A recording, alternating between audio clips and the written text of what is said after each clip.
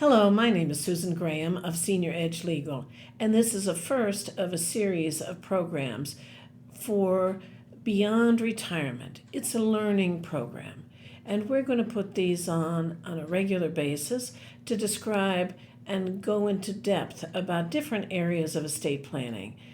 Today, we're going to talk about the basics of estate planning.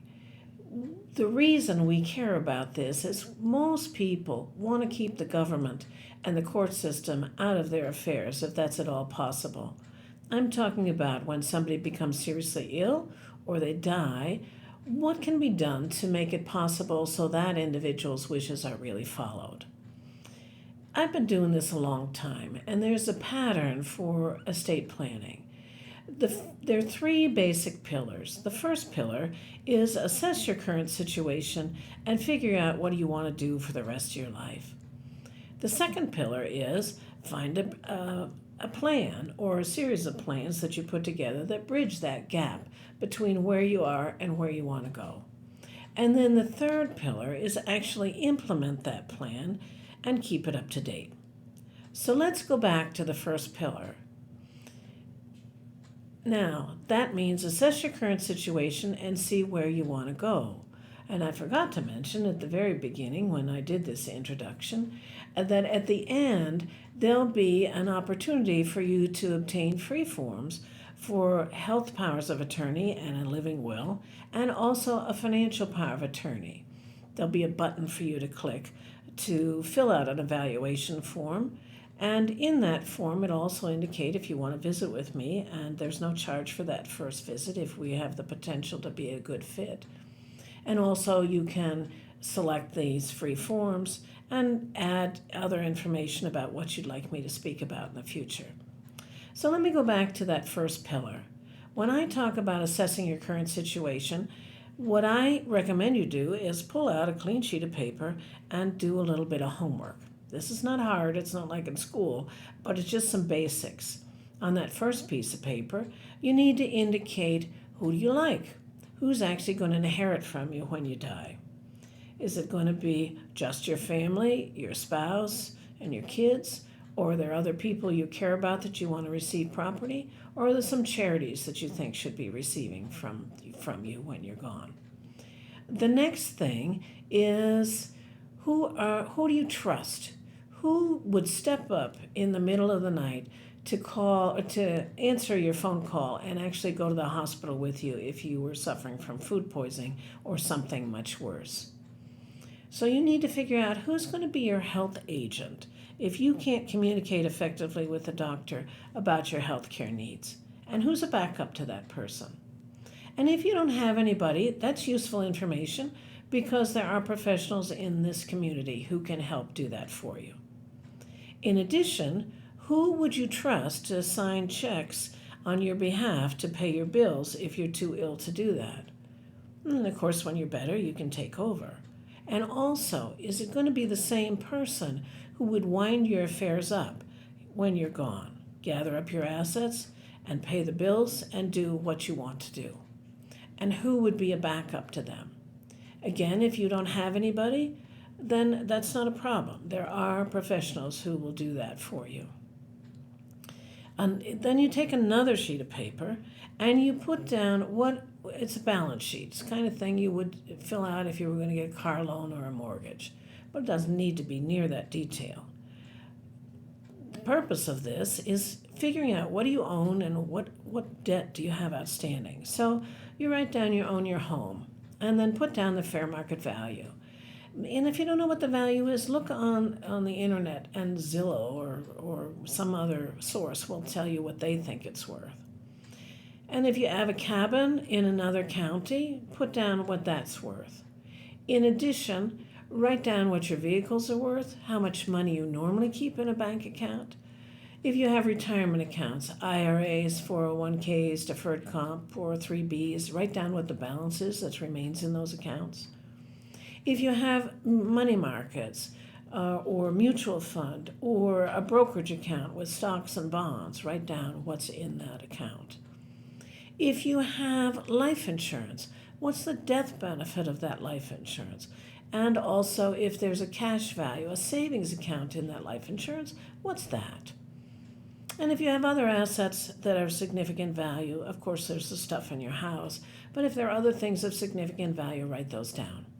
In addition, if you have significant debts other than your regular monthly bills, you have a large charge card balance you're carrying forward, you have a car loan, you have a mortgage on your home, write that down. And then total everything up and subtract out those debts.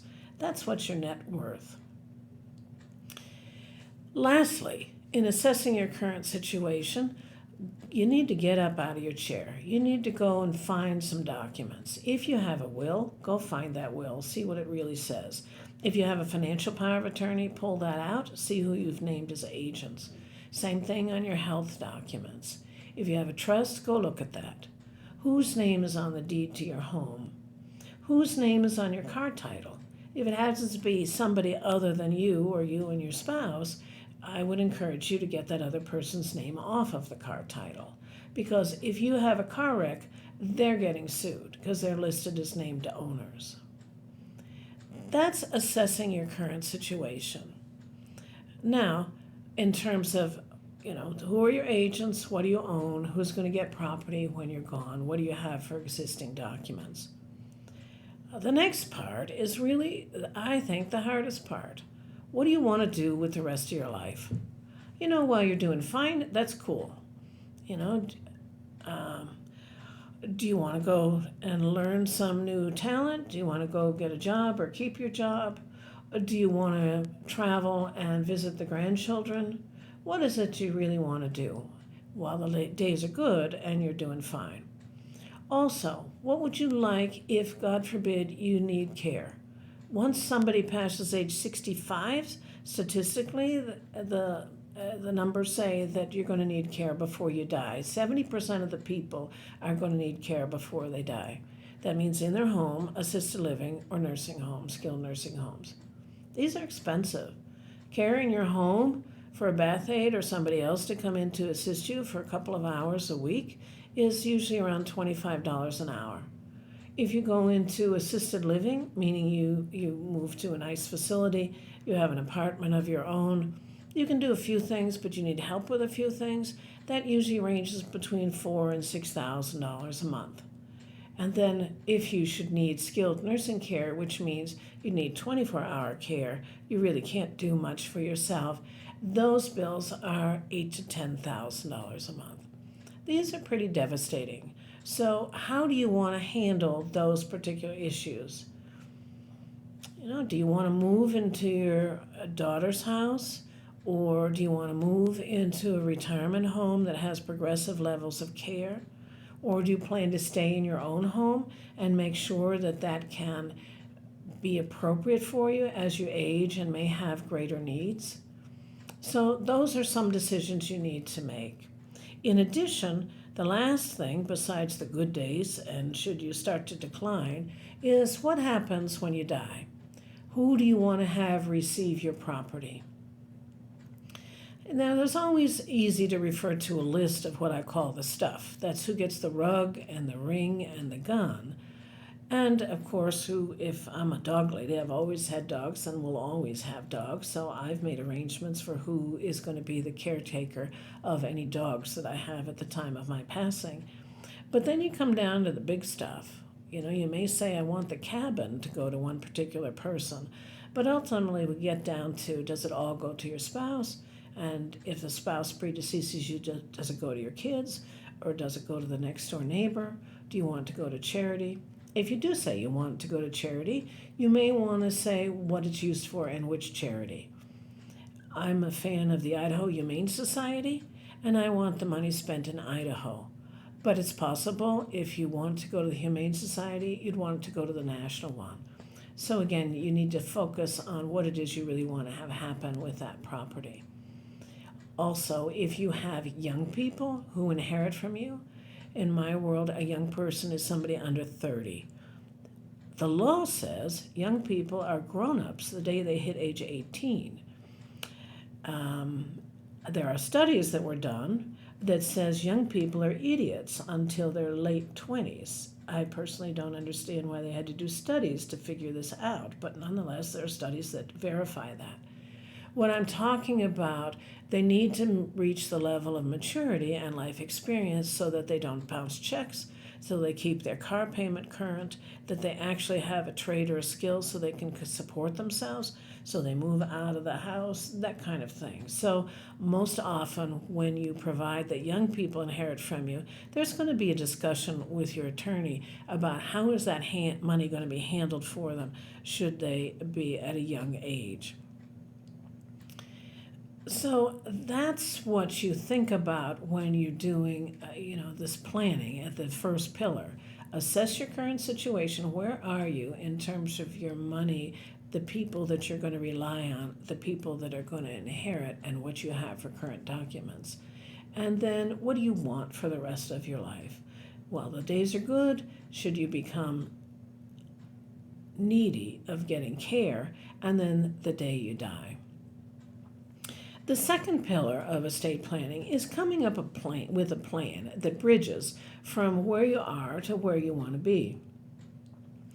So there are lots of ways of doing this, and I'm just going to touch on some high points here. You can certainly do nothing, and then Idaho law will come up with a plan for you.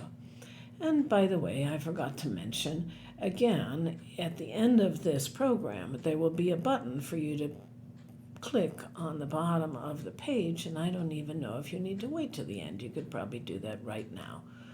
And when you do that, there'll be an evaluation form that I'd appreciate you complete that will provide information to us if you want those free forms, so we'll make that available. In addition, you can critique me and tell me how I can improve and what you'd like for future topics.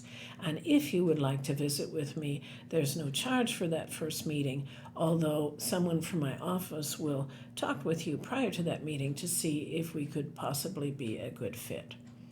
So let's talk about some of the plans. The plans are do nothing, and what that means is the state of Idaho has a plan for you. One of the first things we talked about in this program is most people want to avoid that. But if you have no plan and you're a single person, the Idaho Code tells us how we distribute the assets of a dead single person. And if they have children, it will go to their children. And if they have no children, it will go to their parents. And by the way, the children will inherit that money the day they hit age 18. And if they're younger than 18, we don't really know who's going to manage it for them. And then if you're married and you die without a will, and Idaho is a community property state, there are different things that happen with the inheritance. If everything that the married dead person owns is community property, and the law presumes it's a community property, meaning that it doesn't matter whose wages earned that money, and it doesn't matter how that asset is titled, it belongs 100% to the two of them. And when somebody dies, all they can give away is what they own, which is one half of the community property. And the law says if you have no estate plan in place, it all goes to the surviving spouse, all of the community property. There's another kind of property that married people can own, and that's separate property. Separate property is what a married person received as a gift or inheritance during the term of their marriage, or that they owned prior to the marriage. And what the law says is if you have separate property and you die and you're married, half of the separate property goes to your spouse. Half of it goes to your children if you have children, or if you don't have children, your parents get a portion of that. As you can see, this gets kind of messy, but nonetheless, that's what the state's plan is. You can improve on that by certainly having a will. A last will and testament, you say it's a written document, it has to meet certain standards. Basically, you say, this is my last will, I revoke any other prior wills, and then you state who's going to be in charge of your affairs when you're gone. We call them a personal representative. The personal representative is someone that has to be appointed by the court. They're also called executor or administrator in other places. And then it says pay my bills and it says who gets the stuff, there's usually a reference to who gets, again, the rug, the ring, and the gun. And then you say everything goes to my spouse, or it goes to my kids in equal shares, or I put aside $10,000 to pay for vet bills for my dog, or it goes to my university, whatever.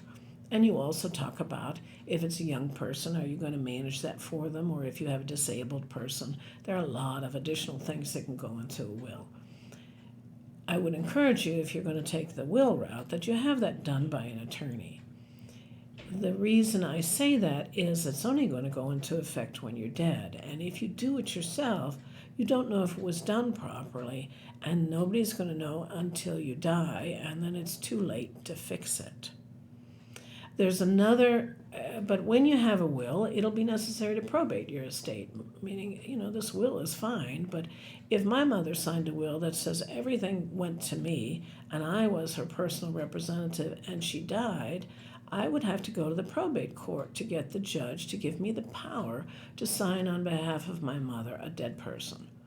This is all coming down to who's the money manager? Who can grab the assets and sign and do something with them, cash them in, or use them in a particular way, or distribute them in the way they're supposed to be?